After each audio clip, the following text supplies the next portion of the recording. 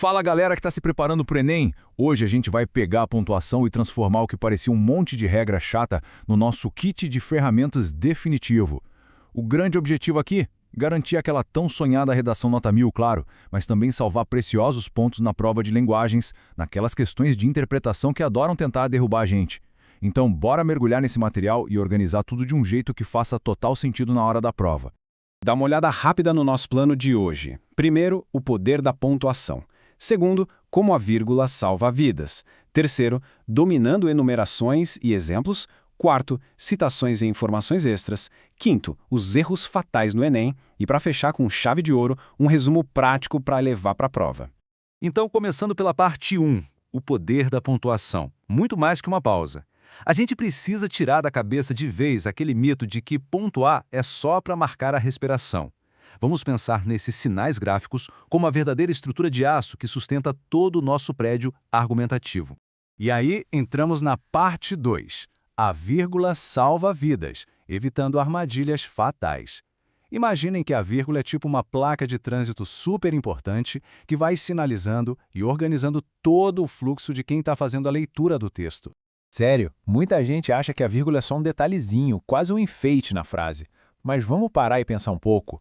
Como é que um traço tão minúsculo no papel pode mudar completamente a realidade de um fato e literalmente salvar uma vida dentro de uma história? Loucura, né? Olha só que exemplo clássico. A diferença aqui é absurda. Quando a gente coloca a vírgula isolando o vocativo, temos um convite super amigável para o jantar. Vamos comer, crianças! Agora tira essa vírgula e a frase vira uma ameaça canibal. Vamos comer crianças? Socorro, né? É exatamente por isso que escorregar na vírgula não só bagunça a coerência da redação, mas também é o motivo número 1 para a galera cair nas pegadinhas da prova de linguagens. Uma simples vírgula fora do lugar nas alternativas muda o sentido de tudo. O segredo aqui é focar nos usos que vão jogar o nível da argumentação lá para o alto. Primeiro, o vocativo, que é aquele chamamento. Sempre pede vírgula, sem exceção. O aposto explicativo, aquela pausa marota para explicar um termo que veio antes, também tem que ficar isolado entre vírgulas. Agora, a verdadeira carta na manga para a redação é a terceira regra, isolar adjuntos adverbiais deslocados. Sabe quando a gente puxa uma ideia de tempo ou lugar lá para o começo da frase? Tipo, atualmente, no Brasil, o problema persiste. Pois é. Usar essas vírgulas mostra para o avaliador que existe um domínio fantástico da sintaxe. E, de quebra, a fluidez do texto fica incrível.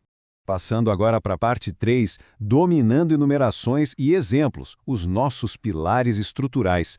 Porque vamos combinar, quando o raciocínio fica mais denso, a vírgula sozinha não dá conta do recado, não é verdade? Pense na analogia da placa de trânsito de novo. Ela se encaixa perfeitamente aqui. Os dois pontos agem como aquela placa grandona avisando que o destino final chegou.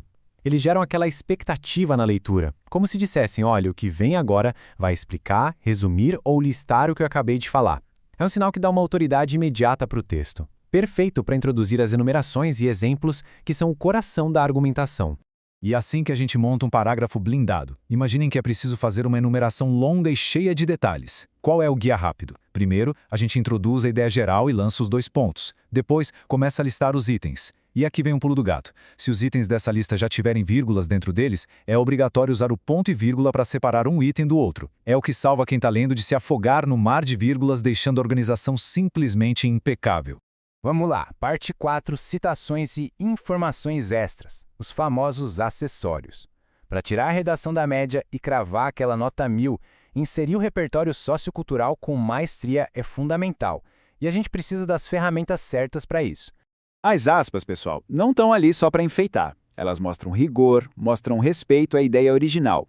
Quando a gente puxa a voz de um filósofo, um sociólogo ou um autor consagrado para fortalecer nosso ponto de vista, as aspas são que separam o nosso texto da voz do especialista. E sem esquecer que elas marcam muito bem quando uma palavra é usada no sentido figurado ou com ironia. Mostrar isso para o avaliador é sinal de um vocabulário super sofisticado. Agora, se a ideia é organizar aquelas informações secundárias, entramos numa comparação muito bacana entre os parênteses e o travessão. O detalhe de ouro aqui é a intenção. Pensem assim, os parênteses servem para sussurrar uma informação. É aquele dado extra, a sigla de um órgão público que a gente coloca de mansinho ali no texto. Já os travessões duplos, eles são um holofote. Quando a gente corta a frase no meio para colocar uma explicação entre travessões, o texto ganha uma ênfase ousada, elegante, fica na cara do leitor que aquele trechinho é vital para entender a ideia. Muito bem, chegamos na parte 5. Erros fatais no Enem, ou seja, o que não fazer de jeito nenhum. Como todo bom mestre de obra sabe, tem viga que simplesmente não pode ser quebrada. Prestem muita atenção aqui, porque esses são os verdadeiros vilões da gramática, os erros que derrubam a nota na hora. A regra de ouro absoluta e inquebrável é a seguinte: nunca, jamais, separe com vírgula os termos essenciais da frase que têm uma ligação forte entre si.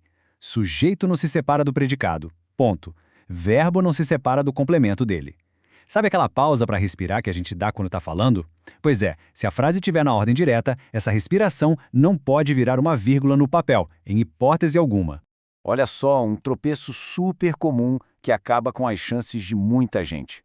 Às vezes, no desespero da prova, a mão escorrega e coloca uma vírgula ali entre alunos e estudaram.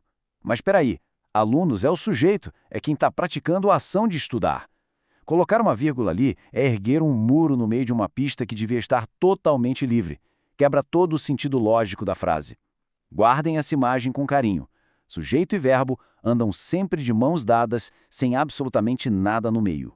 E, finalmente, parte 6. Resumo prático para a prova. A nossa ferramenta final. É aquela hora de amarrar tudo que a gente viu e transformar num guia rápido para o momento de tensão lá da prova. Tirem um print mental dessa tabela aqui, porque ela resume o nosso arsenal todinho de um jeito super prático. Olha só, a vírgula previne as bizarrices de sentido e garante a fluidez. O ponto e vírgula é o herói que salva aqueles parágrafos de enumerações longas de virarem um caos. Os dois pontos abrem as portas para o repertório sociocultural, trazendo as citações. E o travessão dá aquele brilho final, colocando um verdadeiro holofote nas explicações. Ter esse mapa claro na cabeça é o que vai garantir a coesão do texto e espantar para longe aquele famoso branco na hora de escrever.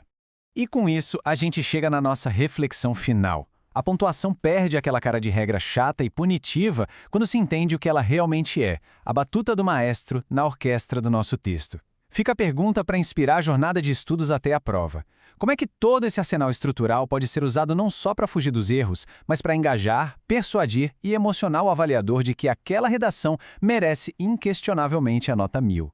O verdadeiro poder mora nas entrelinhas, e as ferramentas para isso agora estão claríssimas. Bons estudos para todo mundo e até o nosso próximo guia.